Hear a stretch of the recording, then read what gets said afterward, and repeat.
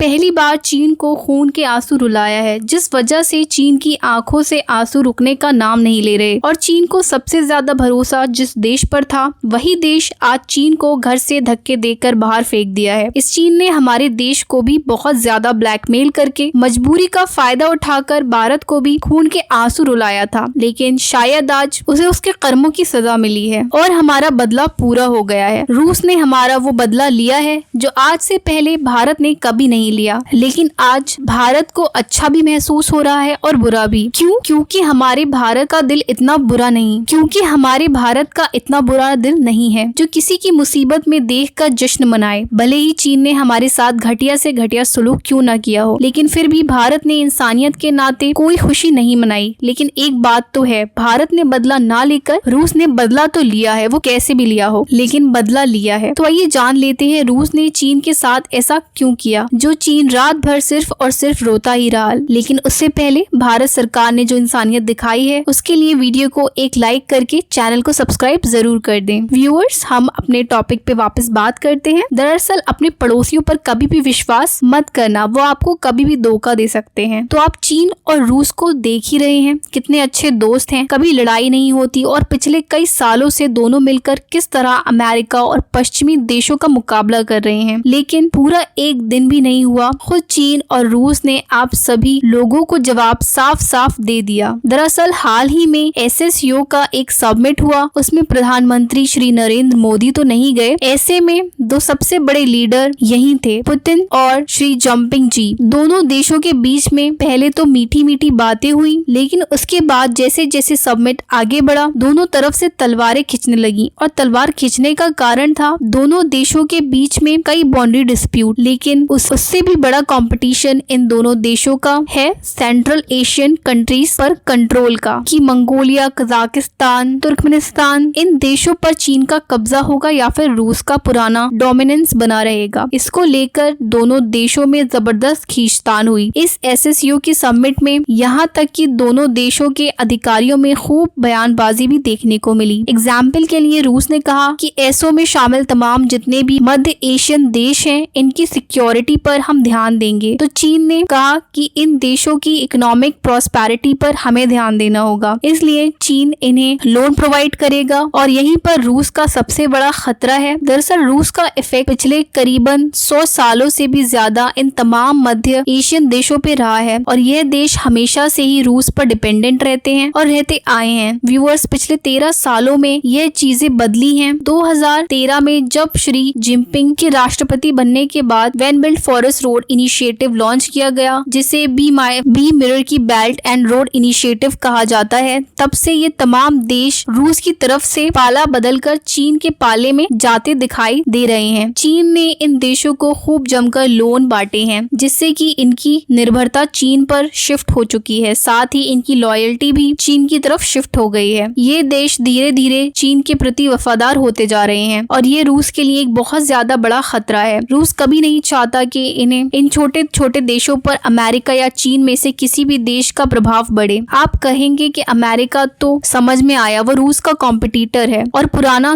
दुश्मन है चीन। आप कहेंगे क्यों चीन? चीन तो इनका दोस्त है। तो इनफैक्ट चीन इनका कितना बड़ा दोस्त है आप देखिए। ये पिछले साल 2023 की खबर है, जब चीन ने रूस का एक जो बहुत बड़ा आइलैंड है, जिसको लेकर दोनों देशों के बीच में डिस्प्यूट रहा है, उस आइलैंड को मैप्स में अपना हिस्सा बता दिया। बाद में चीन ने कहा कि ये गलती से ऐसा हो गया था, लेकिन इससे चीन की इंटेंशन साफ साफ दिखाई देती है। इसके अलावा पिछले 3-4 सालों से रूस का जो शहर है व्लादिवोस्टॉक, जो कि इनके ईस्टर्न इलाके में पड़ता है और सबसे बड़ा शहर है पूर्वी इलाके का, चीन का कहना है कि सदियों पहले ये शहर हमारा था और एक दिन रूस ने ये शहर हमसे छीन लिया। यानी कि इस बात से रूस अच्छी तरह वाकिफ है कि ज्यादा ताकतवर चीन उसके लिए भी घातक है। इसलिए रूस कभी भी भारत का साथ नहीं छोड़ता, क्योंकि उसे लगता है कि भारत चीन के ऊपर एक चेकमार्क की तरह है, जो कभी भी उसे हद से ज्यादा ताकतवर नहीं बनने देगा। यूक्रेन युद्ध के बाद रूस और चाइना के बीच व्यापार रिकॉर्ड स्तर पर पहुंचता दिख रहा है। चीन जमकर तेल और गैस रूस से खरीद रहा है और इसके बदले में उसे मशीनरी तथा अन्य सामानों की आपूर्ति कर रहा है। अभी पश्चिमी देशों ने इन सामानों की आपूर्ति रोक दी है। विश्लेषकों का कहना है कि चीन रूस के साथ अभी इसलिए मदद मदद कर रहा है ताकि अगर वो ताइवान पर कोई कार्यवाही करे तो उसे मॉस्को का साथ मिल सके। उनका कहना है कि चीन का इरादा रूसी जमीन पर भी कब्जा करने का है, लेकिन इससे पहले उसके निशाने पर भारत और जापान जैसे देश हैं। रूस और चीन में भले ही यह दोस्ती बढ़ रही है, लेकिन अभी कुछ साल पहले तक रूसी सेना चीन के हमले के खौफ में जी रही थी। पिछले दिनों में रूसी सेना के एक दस्तावेज से खुलासा हुआ था कि उसने साल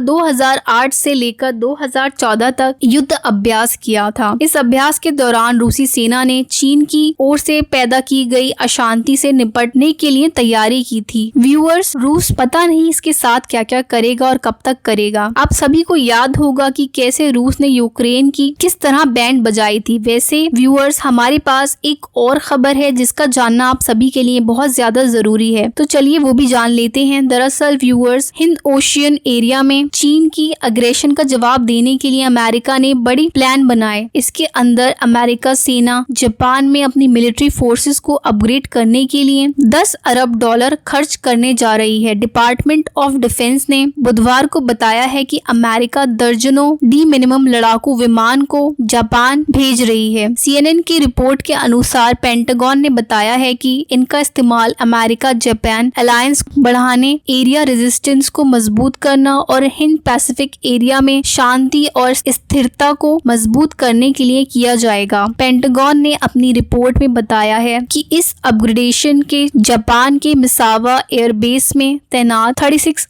F-1 को 5th जनरेशन F-31 से बदल दिया जाएगा। इसके साथ ही किदना एयरबेस में 30 नए रॉकेट तैनात किए जाएंगे जो कि 48 पुराने F-15CD की जगह लेंगे। पेंटागन ने अपनी रिपोर्ट में बताया है कि इस अपग्रेडेशन से जापान के मिसावा एयरबेस में तैनात 306 F-1 को 5th जनरेशन F-35 से बदल दिया जाएगा। इसके साथ ही किदना एयरबेस में 30 नए F-55G तैनात किए जाएंगे जो कि 48 पुराने F-15CD की जगह लेंगे। जापान के अंदर अमेरिका द्वारा अपनी क्षमता को बढ़ाने के पीछे कारण ये है कि जापान को लगातार खतरा न सिर्फ चीन से बल्कि दक्षिणी कोरिया और रूस से भी बढ़ रहा है। यही रीजन है कि इतनी भारी डिप्लॉयड अमेरिका के द्वारा जापान के अंदर की जा रही है। वैसे व्यूअर्स, आपको क्या लगता है कि अगला वॉर साउथ चीन सागर में हो सकता है या फिर चीन रूस वाली गलती नहीं करेगा और किसी युद्ध में नहीं फंसेगा? इस पर व्यूअर्स आप अपनी राय कमेंट बॉक्स में जरूर बताएं और वीडियो को अपने दोस्तों के साथ जरूर शेयर करें। मिलते हैं नेक्स्ट वीडियो में, तब तक के लिए अल्लाह हाफिज।